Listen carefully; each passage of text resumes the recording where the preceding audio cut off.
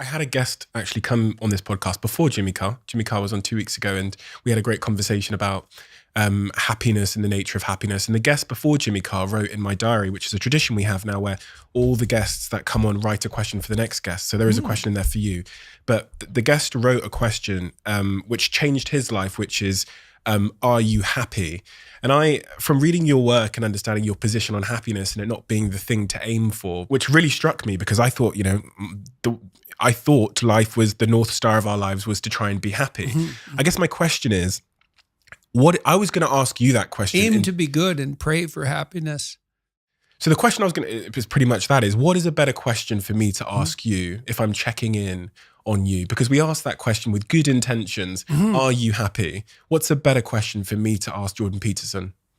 How are you doing? How are you doing? How are you doing?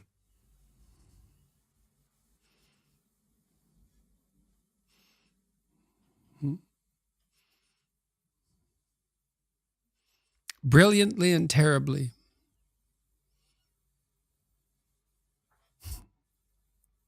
That's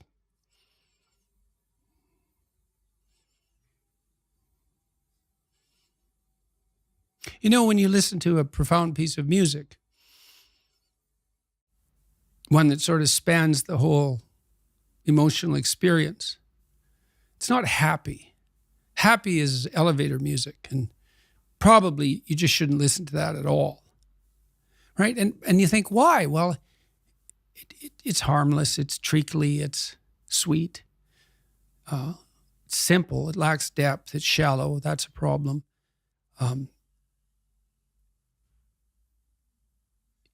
It doesn't have that deep sense of awe and horror, I would say, that is characteristic of the best of all music.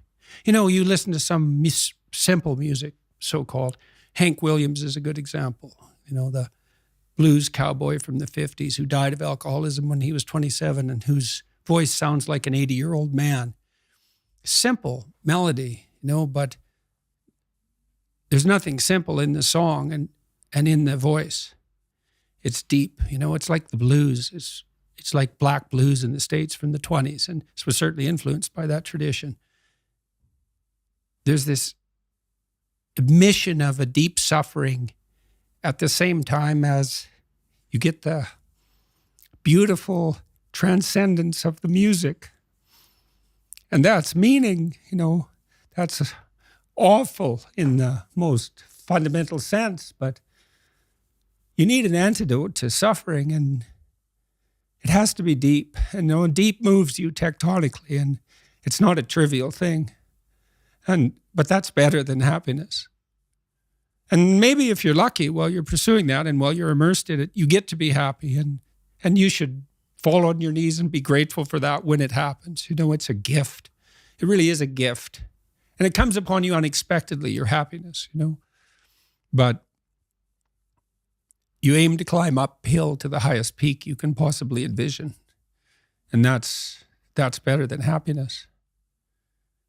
Why did you include terribly?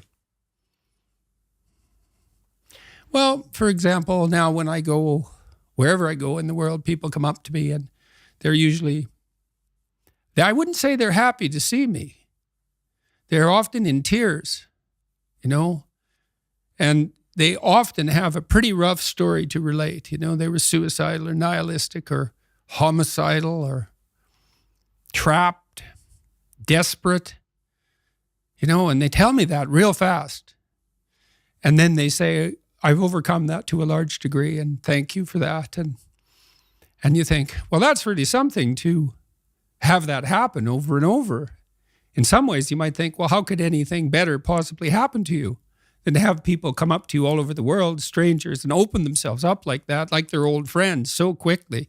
But at the same time, it's an awful thing, because you see, even in the revelation of their triumph, the initial depth of their despair.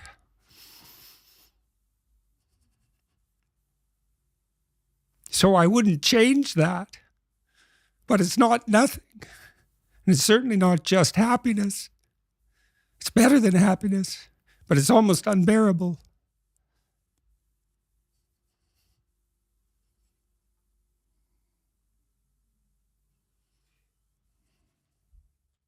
you.